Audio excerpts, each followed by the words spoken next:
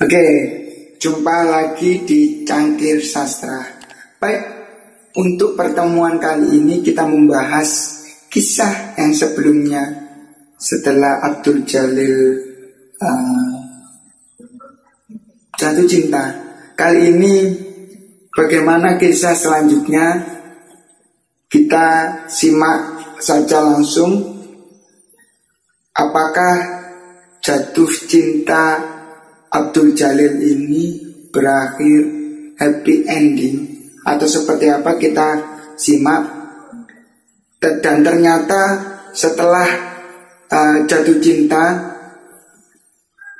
Nafsa dan Abdul Jalil ini disadari oleh Ahmad Talaut, sehingga akhirnya suatu ketika Ahmad Talaut tiba-tiba bercakap seperti ini kepada Abdul Jalil.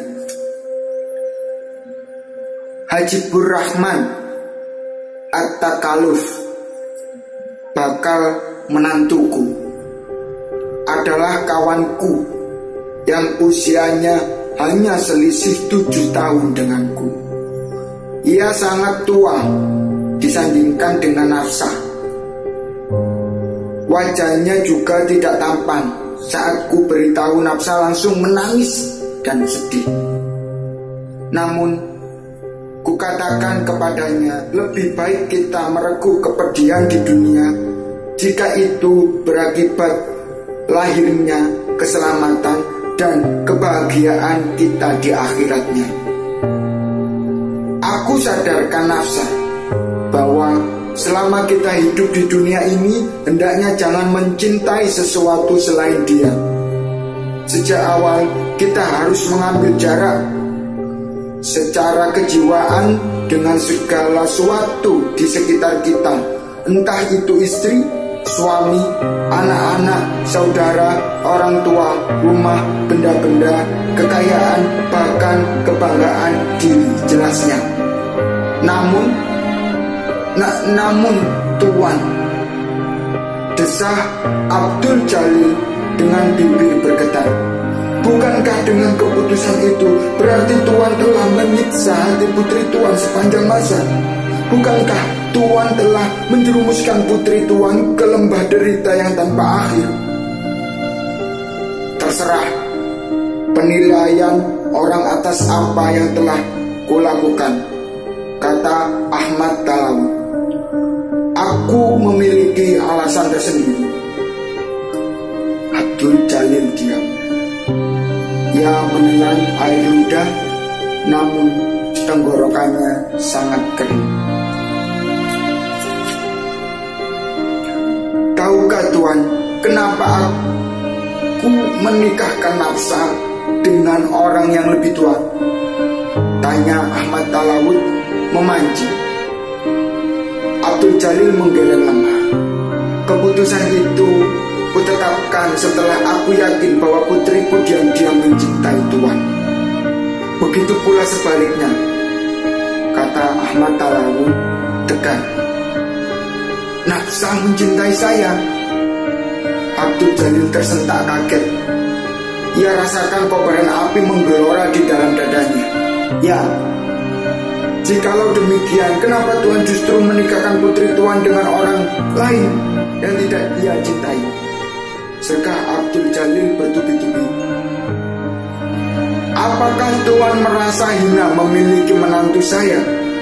Apakah karena saya orang Melayu yang sebatang kara? Apakah karena Tuan tahu bahwa saya orang miskin yang tidak memiliki apa-apa di dunia? Aku tidak peduli apa kata Tuhan, tukas Ahmad Talaut menarik napas panjang. Maksud utamaku adalah demi keselamatan putriku, sekaligus kebersihan Tuhan dalam meniti jembatan menuju diri. Keselamatan, keberhasilan, tanya Abdul Jalil penasaran. Keselamatan apa yang Tuhan ungkapkan jika kenyataan Tuhan justru menyiksa kehidupan putri Tuhan lahir batin? Keberhasilan apa pula yang Tuhan maksudkan jika kenyataan Tuhan justru menorehkan luka tak tersembuhkan di hati saya. Aku tak peduli apapun penilaian Tuhan, kata Ahmad Talawi datang. Aku tidak akan mengorbankan putriku menjadi sekutunya bagi Tuhan. Aku tidak akan menikahkan putriku dengan siapapun yang telah dipilihnya menjadi kekasih, tetapi belum mampu menjaga kesetiaan kepadanya. Masih Tuhan? Abdul Jalil terkejut. Tahukah Tuhan bahwa dia maha pencemburu?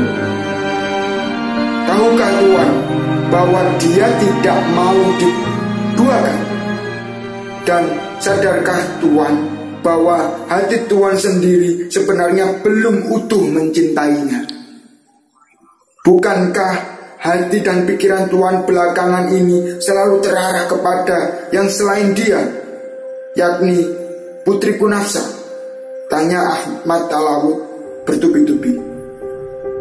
Abdul Jalil terperangah, dicecar pertanyaan demi pertanyaan. Secercah kesadaran memancar dari dalam diri hati pikirannya. Namun bagai burung patah sayap, tanpa daya sedikit pun ia menyaksikan kesadaran terbang itu ke langit luas, meninggalkan dirinya terkapar kesakitan. Melihat sahabatnya tak berdaya, Ahmad Talawi berusaha membangkitkan semangat dan wejangan dan petunjuk. Tahukah Tuhan kisah Ibrahim Al-Khalil, sahabat Allah yang sampai tua tidak dikaruniai putra? Tahukah Tuhan bahwa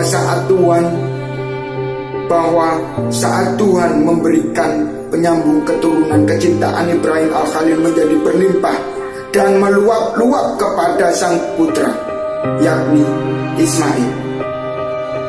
Tahukah Tuhan apa yang diperbuatnya setelah menyaksikan keakraban dan kecintaan Ibrahim Al-Khalil terhadap putra tunggalnya tersebut?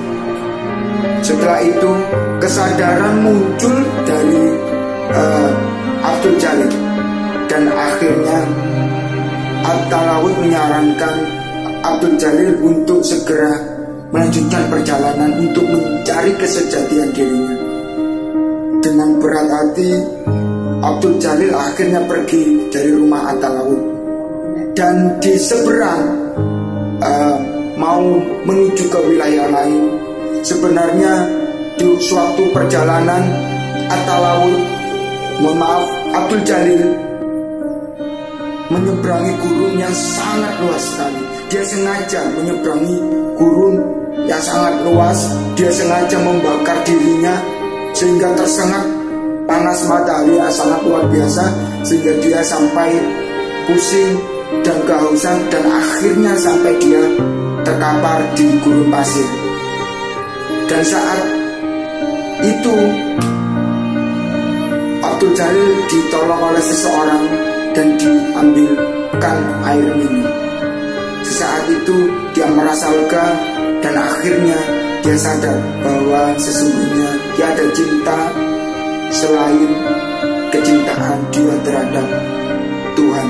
Kesadarannya terhadap nafsa itu hanyalah sementara. Itulah kisah cinta Abdul Jalil atau Siti Jenar terhadap nafsa.